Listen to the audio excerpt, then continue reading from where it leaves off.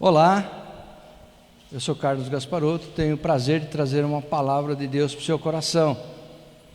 Eu preparei uma série de 3 mensagens sobre 3 homens que tinham relação com o Sinédrio, né? Na semana passada, no outro vídeo, eu falei sobre José de Arimateia, Yeshua e os 3 do Sanedrim, Nicodemos. Sanedrim é Sinédrio. Hoje eu vou falar sobre Nicodemos. Yeshua é Jesus, né? Então é a relação entre Jesus, o Sinédrio e esses 3 homens. Hoje vamos abordar Nicodemos, a pessoa de Nicodemos. Como nós já dissemos, Sanedrim é em português Sinédrio, que vem do grego Sinédrion, que significa assembleia sentada. Então o grande Sinédrio era uma assembleia de juízes judeus que constituía a corte máxima e o legislativo supremos da antiga Israel. Então o Sinédrio era que fazia as leis e fazia os julgamentos em último grau, né, de recurso. Então o Sinédrio foi uma instituição criada por Deus, embora na época não tivesse esse nome. Está lá em Números 11:16. O Sinédrio foi criado numa fase de intensa crise emocional vivida por Moisés, que não suportava mais o peso da responsabilidade, quando o povo, cansado de comer maná todos os dias, pedia carne para Moisés. Impotente, Moisés quase desiste de tudo, quase chuta o balde do seu ministério e reclama com Deus o peso de guiar milhões de pessoas pelo deserto, chegando a ponto de pedir a própria morte.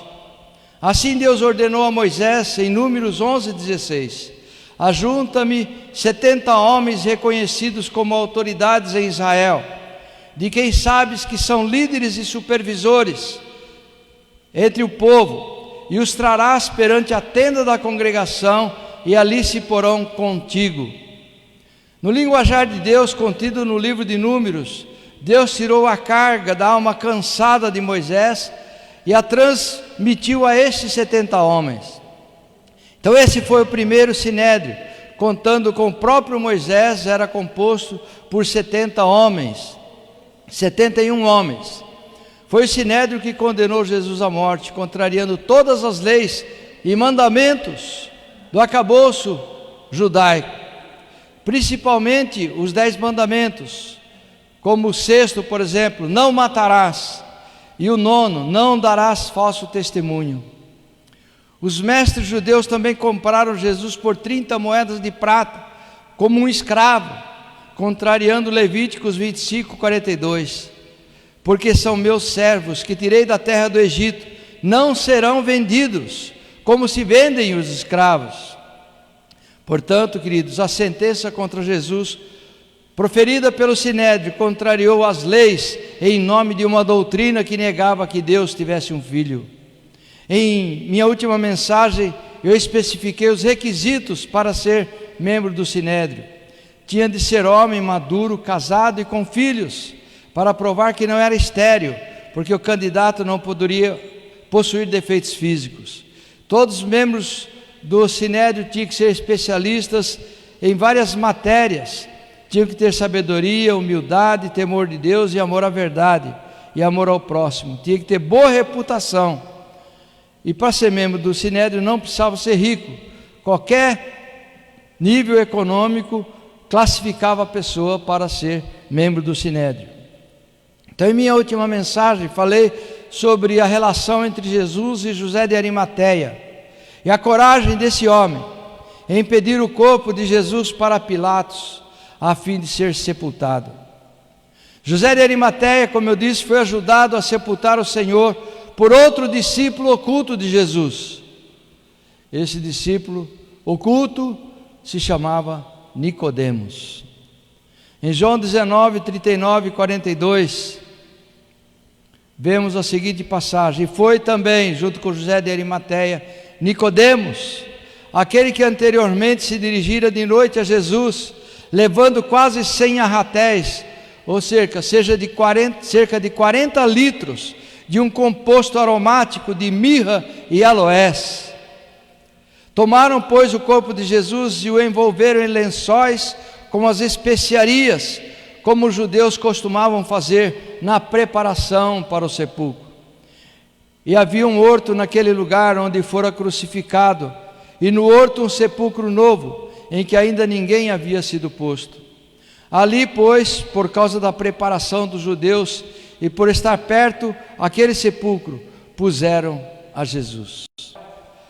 Vão observar que os dois ambientes, tanto o Calvário como o túmulo, estão a uma distância de cerca de 30 metros. Nicodemos era fariseu, doutor da lei e príncipe dos judeus. Era uma figura mencionada apenas no Evangelho de João. Não encontraremos a pessoa de Nicodemos em nenhuma outra passagem, nenhum outro livro da Bíblia, apenas no Evangelho de João. Vamos encontrá-lo pela primeira vez quando Jesus chegou a Jerusalém numa de suas viagens, fascinado pela sua pessoa. Nicodemos vai até Jesus numa noite para não ser visto e o interrogou sobre a natureza da sua missão. Então Jesus responde a Nicodemos: para fazer parte do reino de Deus era preciso nascer de novo. João 3, de 1 a 16, nos mostra o diálogo completo entre Jesus e Nicodemos. Essa passagem do capítulo 3 de João é muito conhecida. Vamos ver os versos de 1 a 16. E havia entre os fariseus um homem chamado Nicodemos, príncipe dos judeus. Este foi ter de noite com Jesus e disse-lhe: Rabi, bem sabemos que és mestre vindo de Deus, porque ninguém pode fazer estes sinais que tu fazes, se Deus não for com ele. E Jesus respondeu e disse-lhe: na verdade te digo, que aquele que não nascer de novo, não pode ver o reino de Deus. Disse-lhe Nicodemos: como pode um homem nascer sendo velho? Pode porventura tornar a entrar no ventre de sua mãe e nascer? Jesus respondeu: na verdade te digo, que aquele que não nascer da água e do Espírito, não pode entrar no reino de Deus. O que é nascido da carne é carne, e o que é nascido do Espírito é Espírito. Não te maravilhes de ter dito: necessário vos é nascer de novo. O vento assopra onde quer e ouves a sua voz, mas não sabes de onde vem nem para onde vai. Assim é todo aquele que é nascido do Espírito. Nicodemos então respondeu: como pode ser isso? Então Jesus lhe respondeu: tu és mestre de Israel e não sabes isto? Na verdade te digo que nós dizemos o que sabemos e testificamos o que vimos, mas não aceitais o nosso testemunho. Se vos falei de coisas terrestres e não crestes, como crereis se vos falar das celestiais? Disse o Senhor a Nicodemos. Ora, ninguém subiu ao céu senão o que desceu do céu, o Filho do homem que está no céu. E como Moisés levantou a serpente no deserto, assim importa que o Filho do homem seja levantado, para que todo aquele que nele crê não pereça, mas tenha a vida eterna. Porque Deus amou o mundo de tal maneira que deu seu Filho unigênito, para que todo aquele que nele crê não pereça, mas tenha a vida eterna. Nicodemos ficou tão impressionado com Jesus, a ponto de falar positivamente sobre ele no conselho, quando os emissários do Sinédrio retornaram, sem cumprirem a ordem de prisão que haviam determinado. Está lá em João capítulo 7, versos 44 a 47. Então Nicodemos recordou aos fariseus que a lei permitia ao acusado ser ouvido antes de ser julgado. A lei permitia ao acusado se defender. É outro princípio que os fariseus que dirigiam o Sinédrio contrariaram. João 7, de 50 a 52. Nicodemos, que era um deles, o que de noite fora ter com Jesus, disse-lhes: porventura condena a nossa lei um homem, sem primeiro o ouvir e ter conhecimento do que faz? Responderam eles e disseram-lhes: és tu também da Galiléia? Examine e verás que da Galiléia nunca surgiu nenhum profeta. Mal eles sabiam, se investigassem, teriam visto que Jesus não nascera na Galiléia, que Jesus tinha seu berço em Belém da Judéia, a cidade do rei Davi. Como promete o texto do profeta Isaías, que em Belém haveria de nascer a semente da mulher, o Messias prometido. Enfim, no momento da sepultura, vamos encontrar Nicodemos ao lado de José de Arimateia. Foi atribuído a Nicodemos também um evangelho apócrifo, escrito em grego, que remonta ao século II de nossa era. Esse evangelho apócrifo, nós não cremos nele, e ele também não se encontra no nosso cânone que nós usamos do Novo Testamento. Nicodemos, chefe dos judeus, fariseu, também era membro do Sinédrio. Em seu relato, João teve o cuidado de identificar o Nicodemos que ajudou no enterro de Jesus com o mesmo Nicodemos que antes veio a Jesus de noite. Nicodemos, assim como José, tinha muitas qualidades. Ele demonstrou estar disposto a ouvir a Cristo pessoalmente, sem depender do que os outros diziam a seu respeito, ao contrário de seus amigos e colegas do Sinédrio. Ele tinha reconhecido a legitimidade do ensino e do poder de Jesus, quando ele diz em João capítulo 3, versículo 2: sabemos que és mestre vindo da parte de Deus. Nicodemos não negava a divindade de Jesus. Nicodemos não negava que Jesus tinha sido enviado de Deus. Porém, da mesma forma como José de Arimateia, até ali, Nicodemos não havia confessado abertamente a sua fé em Cristo. Na morte de Jesus, no entanto, corajosamente, uniu-se a José no sepultamento, fornecendo muito unguento, cerca de 40 litros de unguento, era muito unguento, enquanto que José emprestou o túmulo para sepultarem o corpo de Jesus. A coragem, a fé, a lealdade e a dedicação deles tinham superado vários testes, mas José de Arimateia e Nicodemos foram aqueles que deram um passo à frente no momento em que os apóstolos falharam. Eles nos são uma inspiração. Os atos desses dois homens falam de coragem nas mais difíceis circunstâncias, de ficar de pé, de ser útil no momento em que todos estão falhando, de mostrar admiração por outra pessoa, bem no momento em que ela mais precisa de nós. Irmãos, como cristãos, como servos de Jesus, jamais devemos nos afastar de alguém que precisa de nós. Nós podemos ser agradecidos por esses dois homens que prestaram esse serviço ao Senhor quando mais ninguém estava disposto a fazê-lo.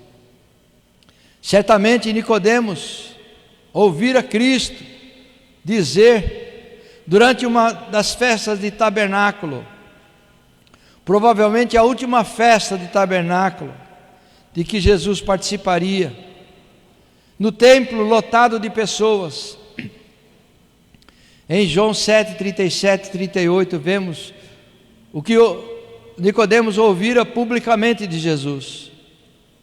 E no último dia, o grande dia da festa, Jesus pôs-se em pé e clamou dizendo: se alguém tem sede, venha a mim e beba. Quem crê em mim, como diz a Escritura, rios de água viva correrão do seu interior.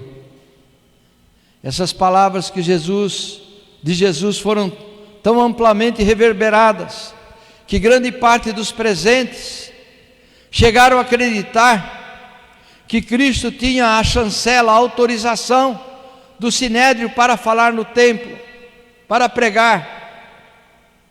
Vejam em João 7, 25 e 26.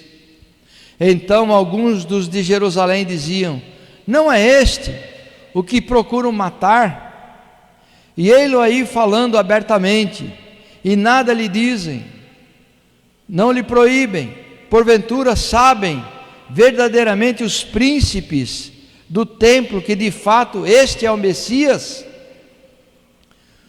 Como seria diferente se o conteúdo desse verso 26 fosse verdadeiro, que o sinédrio acreditasse que Jesus era o tão esperado Messias de Israel.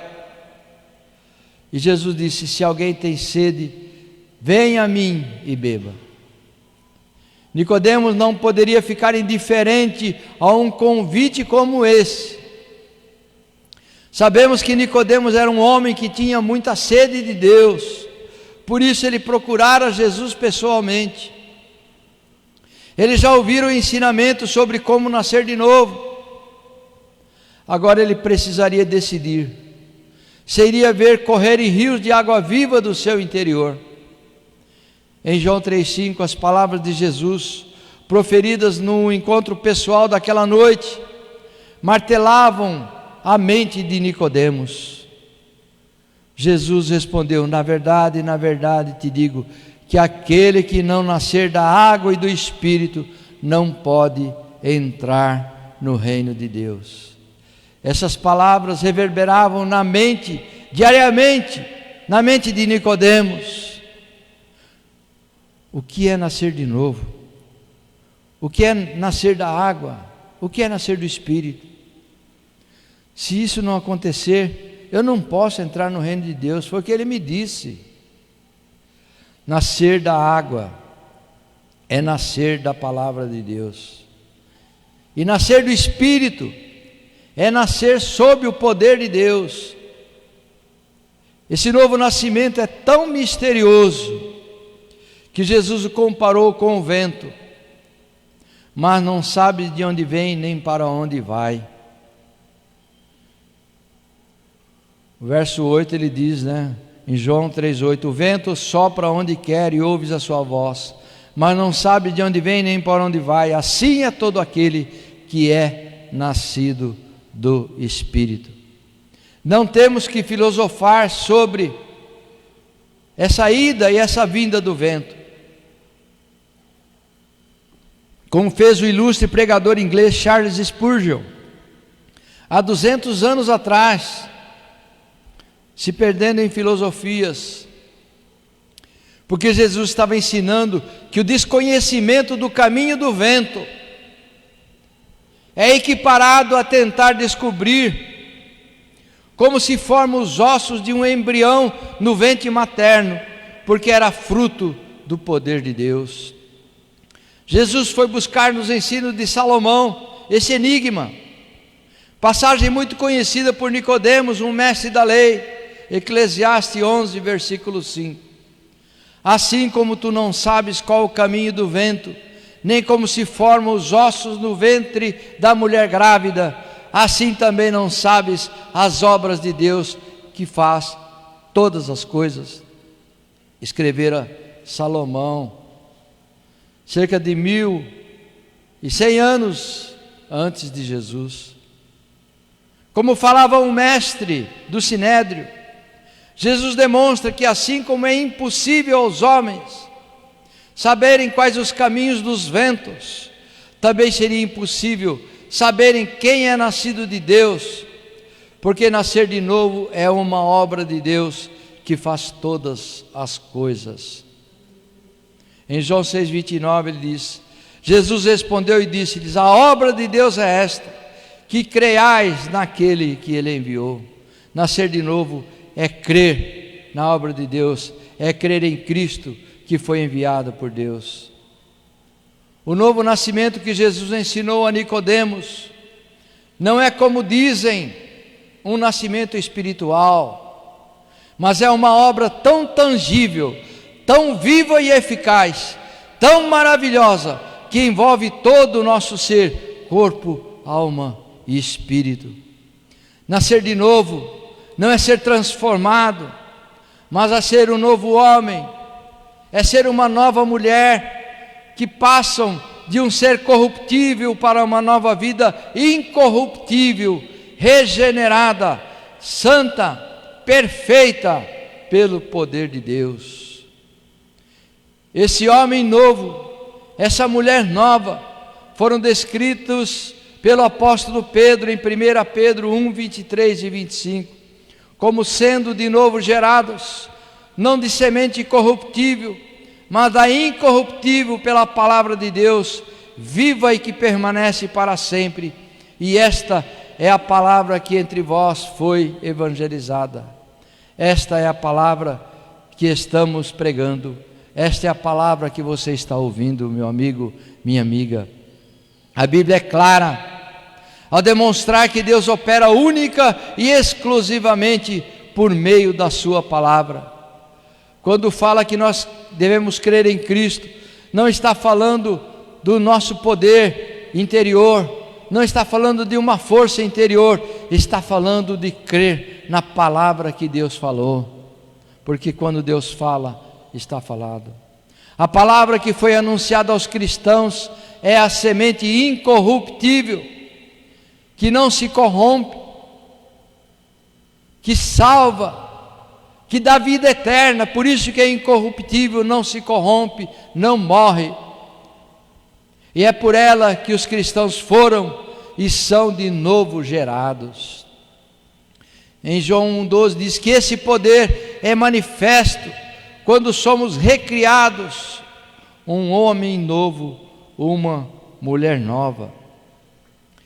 Poder de Deus, dinamis, power, poder, não é algo superficial, é algo real, tangível.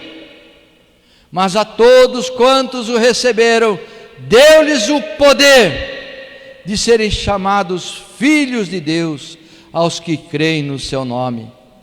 Algumas tradições mostram a palavra direito, deu-lhes o direito de serem chamados filhos de Deus.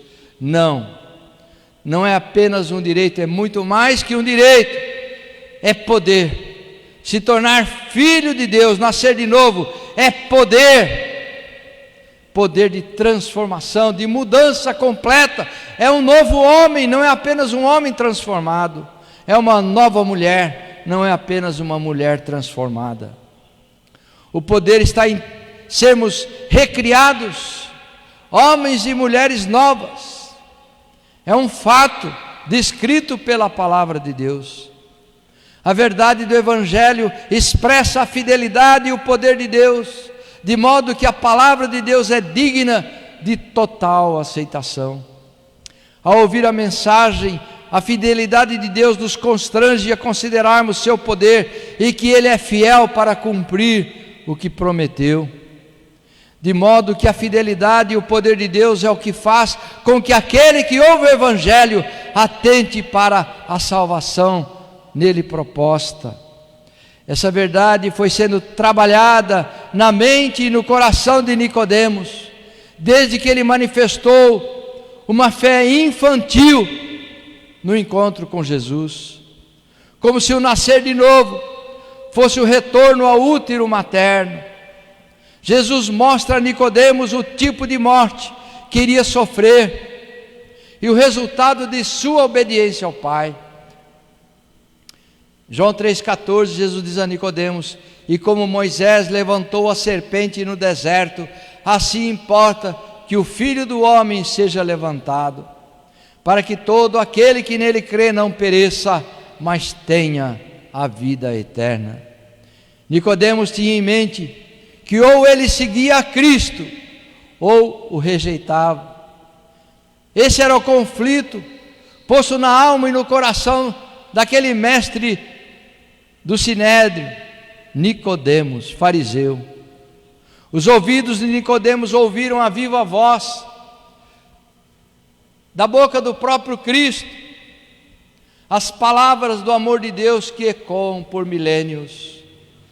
E João 3, de 1 a 16, João 3,16, porque Deus amou o mundo de tal maneira que deu seu Filho unigênito, para que todo aquele que nele crê não pereça, mas tenha a vida eterna.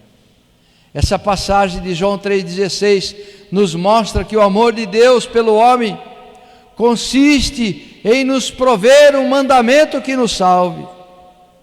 É esse o amor de Deus, em dar salvação aos que creem. Se não entendia o caminho dos ventos, se não entendia como nascer de novo, se não entendia de coisas terrenas, se não entendia nem de coisas celestes, Nicodemos tinha como entender o amor de Deus, pois Cristo lhe ensinou e isso lhe bastava. Embora Jesus tenha chamado aquele mestre de ignorante, porque não entendia de nada, Cristo ensinou a ele o amor de Deus e o caminho para Nicodemos ser salvo. A personalidade de Nicodemos nos mostra como todo o nosso entendimento de Deus não encontra páreo quando o conhecemos por sua palavra. Toda a riqueza do conhecimento de Nicodemos nada significava para Jesus. Era lixo puro, como diria mais tarde o apóstolo Paulo, amigo e colega daquele mestre da lei. O que Nicodemos tinha de riqueza cultural para Cristo não tinha valor algum. Nicodemos precisaria chegar ao seu dia da aflição para se decidir. E o dia da aflição de Nicodemos, com certeza, foi o mesmo dia da aflição de Cristo na cruz. Ao ver o Senhor morto na cruz, Nicodemos tomou a sua decisão. Ele não foi apenas um ajudante de José de Arimateia, ungindo o corpo de Cristo com mirra e aloés e o envolvendo num lençol de linho, como sugere uma rápida análise do texto descrito por João. Aconteceu algo mais profundo no coração de Nicodemos. Agora ele entendia a comparação da cruz de Cristo com a serpente de metal erguida por Moisés no deserto, que era uma figura de salvação, pois quem olhava para a serpente era curado da praga, assim como quem olha para a cruz é curado do pecado de morte. Nicodemos conhecia muito bem essa passagem do Antigo Testamento. Agora ele era confrontado a olhar para a cruz para ser salvo, porque o sacrifício de Cristo na cruz, o único sacrifício aceito por Deus na história,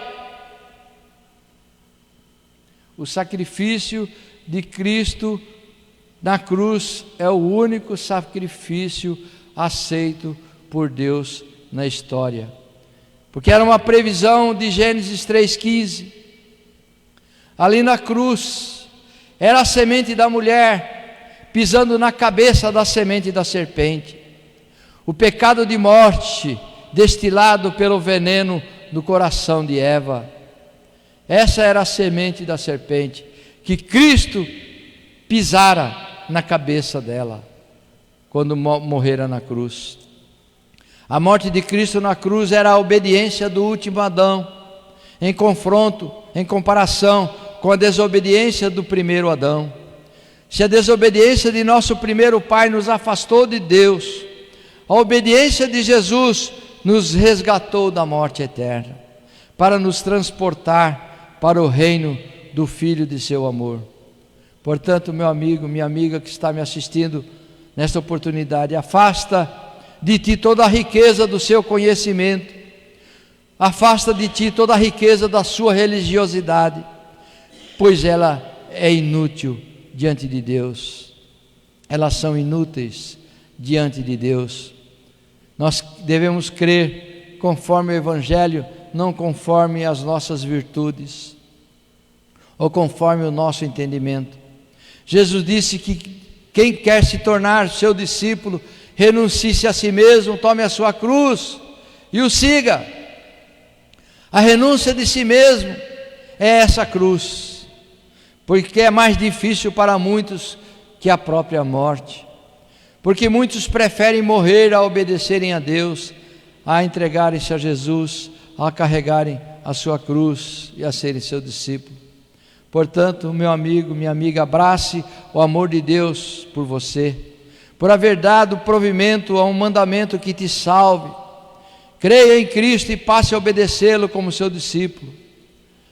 E só assim você vai entender perfeitamente a ordem de Cristo. A obra de Deus é essa: crer naquele que Ele enviou. Querido, renuncie-se a si mesmo, tome a sua cruz e siga Jesus. Torne seu discípulo e seja lavado pela água da palavra de Deus. Seja renascido pelo poder do seu Espírito, para que você também seja mais um partícipe do reino de Deus, para que você também possa olhar para Cristo e enxergar o reino de Deus. Amigo, amiga, o que aqueles 71 homens do Sinédrio não enxergavam, o que aqueles 71 homens não viam, apenas 2 deles mais tarde vieram a ver: José de Arimateia e Nicodemos vieram entender o plano de salvação para Cristo. Por isso, na última hora, renunciaram a si mesmos, tomaram o corpo de Cristo na cruz, lavaram a Ele, ungiram com unguento, com perfumaria, envolveram-no num lençol, embalsamaram e colocaram naquele túmulo de onde Jesus viria ressuscitar no 3º dia. Que você creia que o Espírito de Deus lhe dê esse poder. O poder está à tua disposição. É questão de você aceitar ou rejeitar. Pode ser que até agora você tenha estado em dúvida, como Nicodemos esteve. Você pode passar 3 anos esperando, como Nicodemos esperou para crer. Mas não deixe de se decidir. É agora ou nunca. Faça como Nicodemos. Mergulhe-se na palavra de Deus. Aceite a palavra de Deus como palavra para o seu coração. E assim você será salvo, em nome de Jesus. Amém.